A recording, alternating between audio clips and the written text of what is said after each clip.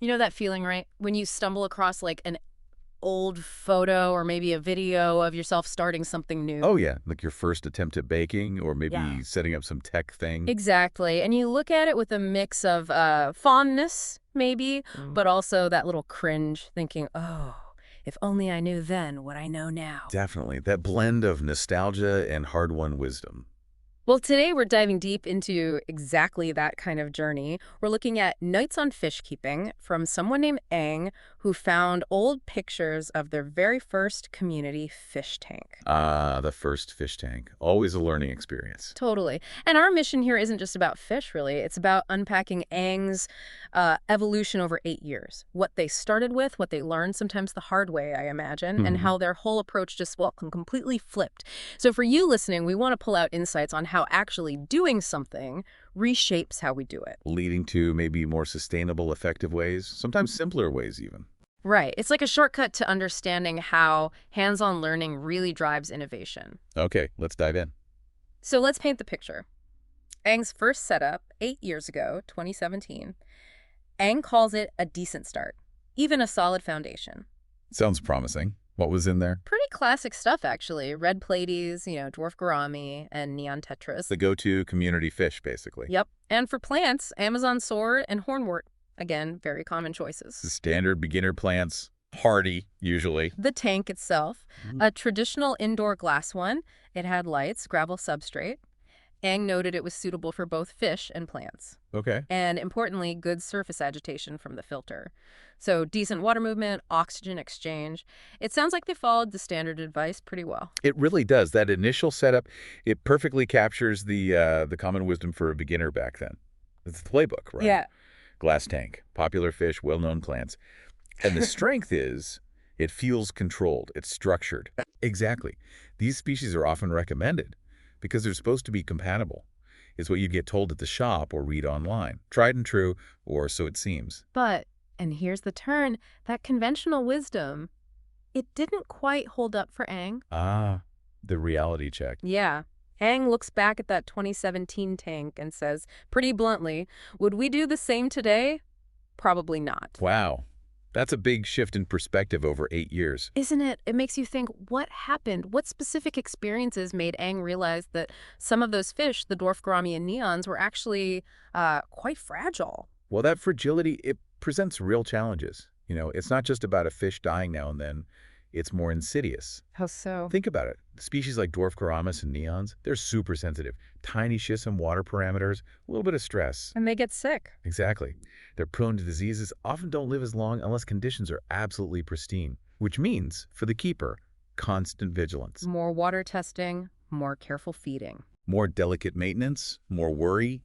It's like trying to keep a really high-strung temperamental machine running smoothly. You spend ages tinkering. Right. Constantly fixing, not enjoying. Precisely.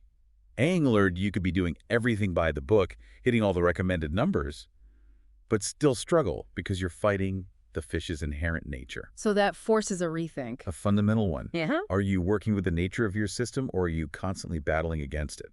And wow, did Aang rethink? Faced with all that high maintenance and fragility, they didn't just tweak things, they went for a radical shift. Okay, I'm intrigued. What's the new approach? Aang now favors what they call a more natural outdoor approach, which is just worlds away from that indoor glass tank. Outdoor.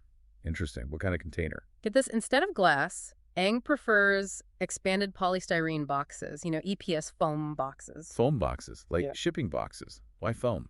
That seems unusual. It does sound counterintuitive, doesn't it? But the main reason Aang gives is surprisingly practical. Better temperature stability. Ah, insulation. Makes sense. Exactly. Glass tanks, especially indoors, they heat up and cool down fast with the room temperature.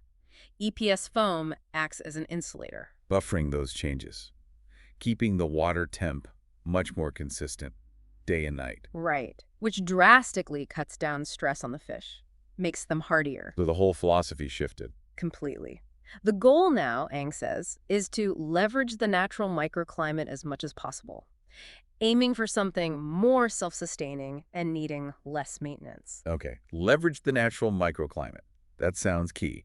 What does that actually mean in practice? Letting the environment do more of the work. That's how I read it. Can you break that down a bit more? What specific elements are they leveraging? Sure. Well, think about it. Outdoors, you've got the natural rhythm of the sun for light, right? Hmm. No artificial timers needed. Okay. The temperature fluctuates naturally, but within a range, the foam helps moderate. Mm. You're not fighting to maintain one exact degree with a heater. Less equipment, less energy. In outdoors, you often get beneficial microorganisms, tiny critters, establishing themselves. Mm. They help break down waste, cycle nutrients. It becomes more of an ecosystem. So less need for constant water changes or heavy-duty filters, perhaps? Potentially, yes. Hmm. It's about letting nature handle some of the tasks we usually try to replicate mechanically indoors. Yeah. You're working with the environment, not creating an entirely artificial one. This whole idea, this pursuit of self-sustaining and less maintenance, it feels like it pops up everywhere, not just fish keeping. Oh, absolutely. It's a common thread. Like, if we connect this bigger picture, it sounds like optimizing for resilience, for reduced intervention. Thinking about, I don't know, software design. Right, or even architecture. Yeah. Designing buildings to use natural light and ventilation instead of relying purely on artificial systems. Yeah. Minimizing effort, maximizing the outcome by working smarter, not harder. Is that the core idea? Precisely. Think about things like permaculture in agriculture, designing farms to mimic natural ecosystems. Or even in tech, the move towards serverless computing where you don't manage the underlying servers. The system kind of looks after itself more. Exactly. Eng's journey is a fantastic example of how deep experience can lead you to simplify, not complicate, to find more elegant, robust solutions by letting natural processes play their part. It's a powerful lesson. It really is. Experience teaches us to streamline, to find efficiency through, well, natural integration. So let's quickly recap Aang's path.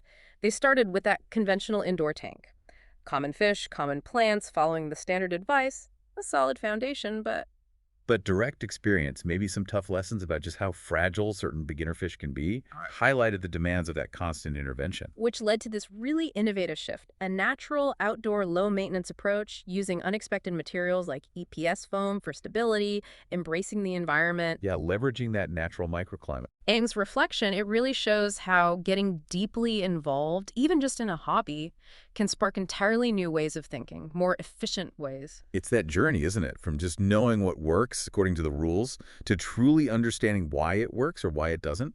And then you can innovate effectively. It really makes you question that common wisdom sometimes. Always worth questioning. It's a huge step, though, from knowing what to understanding why. What stops people making that leap, do you think, in their own lives, their work? Is it just sticking with what's familiar, fear of trying something different? Could be all of those. Yeah. Habit is powerful. Ego sometimes.